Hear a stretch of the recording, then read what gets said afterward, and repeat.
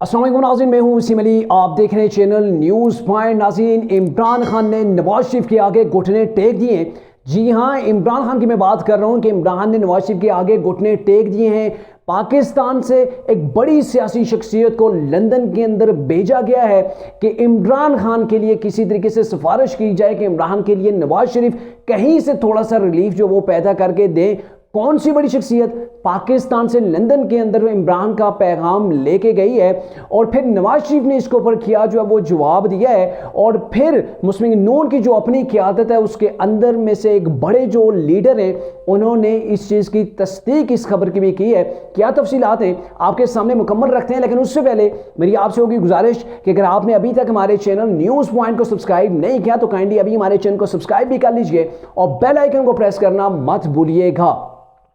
नाज़रीन, अपना जो हमारा आज का व्लॉग है उसको शुरू करने से पहले एक छोटी सी आपसे रिक्वेस्ट होगी, क्योंकि आपको पता है कि फ़लस्तीन के ऊपर इसराइल ने किस कदर जो वो मज़ालिम डाए हैं और तंग आकर मज़ालिम से जो फ़लस्तीनी अवाम है, जो फ़लस्तीनी तंजीमें हैं, उन्होंने उसके ऊपर जो वो इसराइल के ऊपर हमला किया है। और अभी फ़लस्तीन के मुसलमानों के लिए आप सबसे गुजारिश है कि आप दुआ करें, चूँकि जो गैर मुस्लिम जितने भी हैं वो तो इकट्ठे हो गए हैं। आपने अमेरिका के जो प्रेसिडेंट हैं उनकी स्पीच आपने देखी होगी, उन्होंने बड़ा वाज़ेह अल्फाज के अंदर कह दिया है कि हम इसराइल के साथ खड़े हैं। इसराइल के ऊपर जो हमला किया है ये शिद्दत पसंदों का हमला है और हम इसकी मजम्मत करते हैं। और ये भी कहा गया कि इसराइल को जितनी भी मदद चाहिए होगी हम इसराइल को जो है वो प्रोवाइड करेंगे, चाहे वो हथियारों की सूरत में होगी, अफरादी होगी, फौजी सूरत के अंदर होगी या फिर आलमी दुनिया के अंदर कहीं पर बात करनी होगी। तो अमेरिका खुल के सामने आ गया अपने यहूदी दोस्त मुल्क के लिए।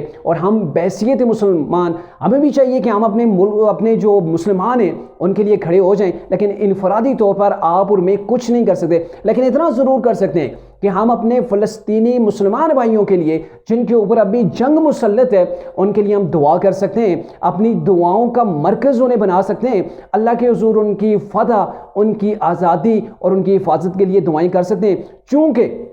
हमारे प्यारे हबीब ने फरमाया, जिसके एक हदीस है जिसका मैं शॉर्ट्स आपको मफ़हूम बताता हूँ, कि मुसलमान जितने भी हैं वो एक जिस्म की मानद हैं। यानी कि जिस्म के अगर एक हिस्से को तकलीफ होगी तो पूरे का पूरा जिस्म, पूरी की पूरी बॉडी जो है वो उस पेन के अंदर, उस दर्द के अंदर जो है वो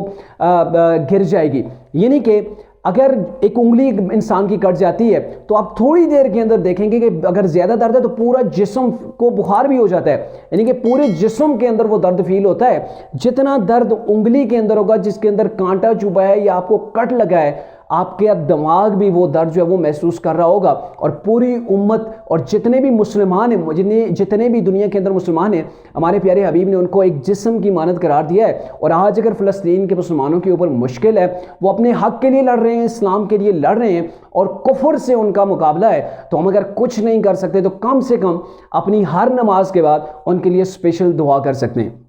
नाज़रीन, बढ़ते हैं आज के जो हमारा व्लॉग है।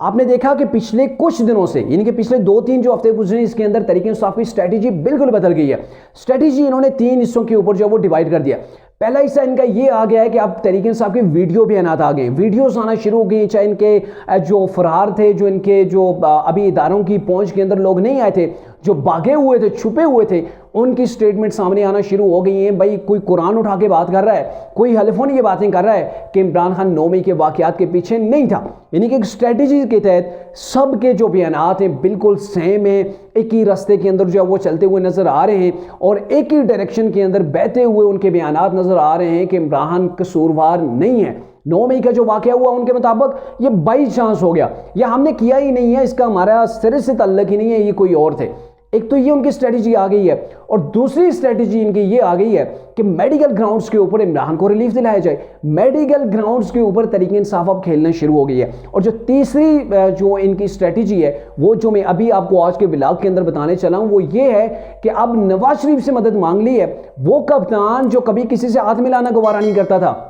वो कप्तान जिसकी गर्दन के अंदर एक सरिया नहीं, पूरे जो है वो सरिये के से जो है वो उसी गर्दन जो है वो टाइट की हुई होती थी, बात किसी से करना गवारा नहीं करता था, हाथ मिलाना गवारा नहीं करता था, बिल्कुल बात नहीं करता था। एक डिक्टेटर बन के अपनी उसने गवर्नमेंट की। तो वो शख्स अब घुटने टेक चुका है नवाज शरीफ के आगे। और आप शायद मेरी बात के ऊपर यकीन नहीं करेंगे, लेकिन ये बात एग्जैक्टली ऐसी ही है और इसकी तस्दीक मुस्लिम नून के एक इंतहाई संजीदा और सीनियर रहनुमा ने भी किया है। मामला ये हुआ है कि आज से कुछ दिन कबल, यानी कि 5, 6, 7 दिन के पहले की बात है कि यहाँ से एक बड़ी सियासी शख्सियत लंदन के अंदर गई है, वहाँ पर नवाज शरीफ के साथ उसकी मुलाकात हुई है और उस मुलाकात के अंदर नवाज शरीफ को कहा गया कि आप इमरान खान के लिए कोई रास्ता निकालें, इमरान खान के लिए आप सिफारिश करें या कुछ भी करें। एक जो पाकिस्तान के अंदर अभी जो अदम सियासी इस्तेकाम है इसको हमने ख़त्म करना है और हमने आगे इलेक्शन के अंदर भी जाना है, तो लिहाजा थोड़ी सी जो अनस्टेबिलिटी है पाकिस्तान के अंदर पॉलिटिक्स के अंदर उसको हमने कंट्रोल करना है, नहीं तो इलेक्शन पाकिस्तान के अंदर मुमकिन नहीं है। जब तक हालात बेहतर नहीं होंगे इलेक्शन नहीं होंगे, ये नवाज शरीफ को पैगाम दिया गया। और दूसरी बात ये कही गई कि आप इमरान के लिए रिलीफ का कोई रास्ता निकालें। आप रिलीफ का अब रास्ता निकालेंगे तो आपने कैसे निकालना है कि उनको मेडिकल ग्राउंड्स के ऊपर किसी उन्हें हॉस्पिटलाइज कर दिया जाए, यानी कि उनको जेल से निकाल के हॉस्पिटलाइज किया जाए, तरीके इंसाफ को इलेक्शन के जो है वो मौका दिया जाए। और जो ये भी बात की गई कि अगर मुमकिन हो पॉसिबल हो तो उन्हें मेडिकल बेस के ऊपर यहां से बाहर भेजा जाए। ये बात कैसे जो है वो लिंक्ड है तरीके इंसाफ की उस स्ट्रेटेजी से जो मतलब मेडिकल ग्राउंड्स के ऊपर खेल रहे हैं। आपको इसको मैं लिंक बाय लिंक जो है वो इसको आपको जोड़ के पूरी तफसील आपको बताता हूं, फिर आपको शायद समझ आ जाएगी। अभी तरीके इंसाफ क्या चाह रही है, पाकिस्तान के अंदर ये कोशिशें हो रही हैं कि पहले आपने देखा जो इमरान की अहलियां उन्होंने इस्लामाबाद हाई कोर्ट के अंदर दरख्वास्त दे दी कि मेरे मियाँ जो है उनका वजन कम हो गया है, वो काफ़ी शदीद बीमार हैं, उनको जब वो स्लो पॉइजनिंग के ज़रिए से जो वो इंजेक्ट किया गया या कुछ भी किया गया खाने के ज़रिए से, तो वो दिन ब दिन कमज़ोर होंगे, उनकी जान को ख़तरा है। तरीके इंसाफ के जो वकला हैं यानी कि इमरान के, वो भी अब यही कह रहे हैं, बल्कि उन्होंने तो एक प्रेस कॉन्फ्रेंस भी कर डाली है कि इमरान की ज़िंदगी को जेल के अंदर ख़तरा है, उन्हें खुराक के अंदर चीज़ें कोई ऐसी दी जा रही हैं कि स्लो पॉइजनिंग हो सकती है। इसके अलावा तरीके इंसाफ की जो लीडरशिप है वो भी यही दावे कर रही है मीडिया के ऊपर, टॉक शोज़ के ऊपर, जहां भी आप देखेंगे ट्वीट कर करके वो एक तासर फैला रहे हैं कि इमरान की जिंदगी को खतरा है, इमरान का वजन भी कम हो गया है, इमरान खान बीमार रहने लगे हैं। तो ये जो सारी चीज़ें कर रहे हैं ताकि इनको मेडिकल ग्राउंड्स के ऊपर कहीं रिलीफ मिले, अस्पताल के अंदर उन्हें भेज दिया जाए या बैरून मुल्क जो है वो उन्हें भेज दिया जाए कि वहाँ पे वो जाके अपना इलाज करवा सकें। और अब नवाज शरीफ को भाई बिल्कुल यही एग्जैक्टली कहा गया है कि आपने ये करना है, आप सिफारिश कर दें, चूँकि तासर ये पाया जाता है कि इमरान रियाज जब गुमशुदा थे तो उनकी बाजियाबी या रिहाई की अगर बात करें तो उसके पीछे भी नवाज शरीफ का हाथ था कि नवाज शरीफ ने उनको बाजियाब करवाया है। तो इस सिलसिले के अंदर जावेद चौधरी ने बड़ा इंकशाफ किया था और तो किसी ने नहीं किया। उन्होंने एग्जैक्टली ये कहा था कि नवाज शरीफ की काविशों कोशिशों के बाद इमरान रियाज घर वापस आए हैं। नवाज शरीफ से सिफारिश की गई थी कि आप कोशिश करें कि इमरान रियाज को बाजियाब करवाया जा सके, और नवाज शरीफ की कोशिशों से नवाज शरीफ ने कहा जी भाई ये हमारे बिल्कुल एंटी रहा है, सब कुछ रहा है, लेकिन as a journalist, as a इंसानियत जो है वो किसी के बेटे को आप ऐसे उठा के या कहीं गुम नहीं होना चाहिए, तो इसको बरामद किया जाए। तो अब यही चीज लेके गए हैं जी इमरान के हवाले से नवाज शरीफ के पास, और नवाज शरीफ ने इसके ऊपर कहा जी हम सोचो विचार करेंगे। और ये जो सोचो विचार की गई है ना, ये सिर्फ शहबाज शरीफ या मरियम नवाज से बात नहीं की गई, बल्कि नवाज शरीफ ने ऑन बोर्ड लिया है पीपल्स पार्टी को भी, मौलाना फजल रहमान को भी। और आपने देखा होगा कि मौलाना फजल रहमान ने एक रोज कबल मीडिया से बात करते हुए ये कहा था कि अगर इमरान इलेक्शन लड़ते हैं, उनकी जमात इलेक्शन के अंदर आती है तो फिर तो अच्छा है, हमें इससे कोई प्रॉब्लम ही नहीं है। हम तो चाहते हैं कि इमरान खान इलेक्शन लड़े, किसी सियासी जमात को इलेक्शन से बाहर नहीं होना चाहिए। और एग्जैक्टली नवाज शरीफ को भी यही जवाब पीपल्स पार्टी और JUI दोनों ने दिया कि इमरान को इलेक्शन लड़ना चाहिए, इलेक्शन से उन्हें बाहर नहीं करना चाहिए उनकी जमात को। वो सियासी जमात है तो वो इलेक्शन के अंदर जरूर आए।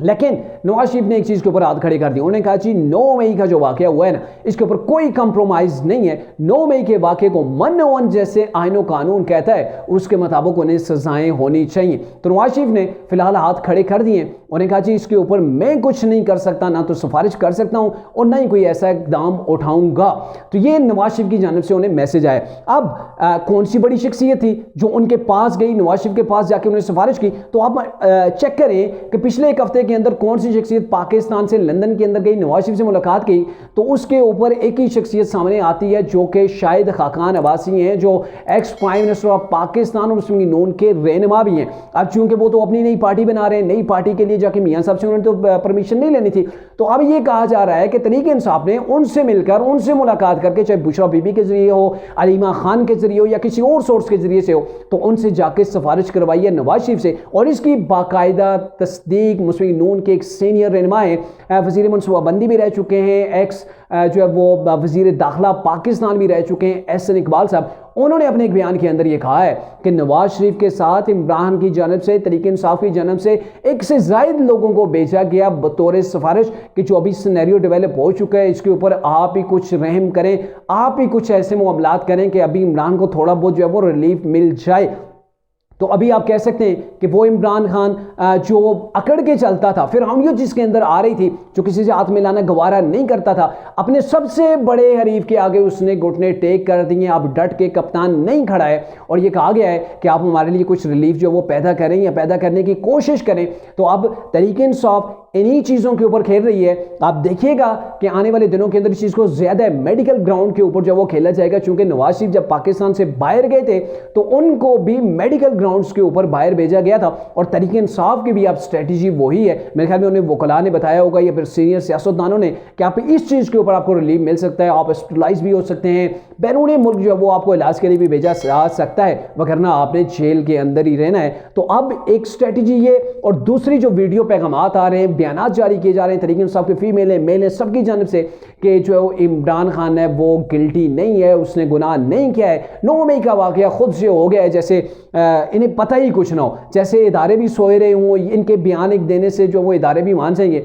हालांकि दर्जनों नहीं, कई दर्जन ऐसे तहरीक इंसाफ के रहनुमा हैं, टिकट होल्डर से दूसरे जो इस चीज़ को तस्दीक कर चुके हैं कि इमरान खान ने साजिश की, और ये साजिश कहाँ पे तैयार हुई, कैसे तैयार हुई, पूरे के पूरे सबूत आपको भी पता है, वो मुझे बताने की ज़रूरत नहीं है, वो इदारों के पास ऑलरेडी मौजूद हैं। तो ये करंट सिनेरियो पाकिस्तान के अंदर डेवलप हो चुका है और मेरे ख्याल में तहरीक इंसाफ इस बात को नहीं मानेगी, लेकिन आप इस चीज़ को अंदाज़ा लगा लें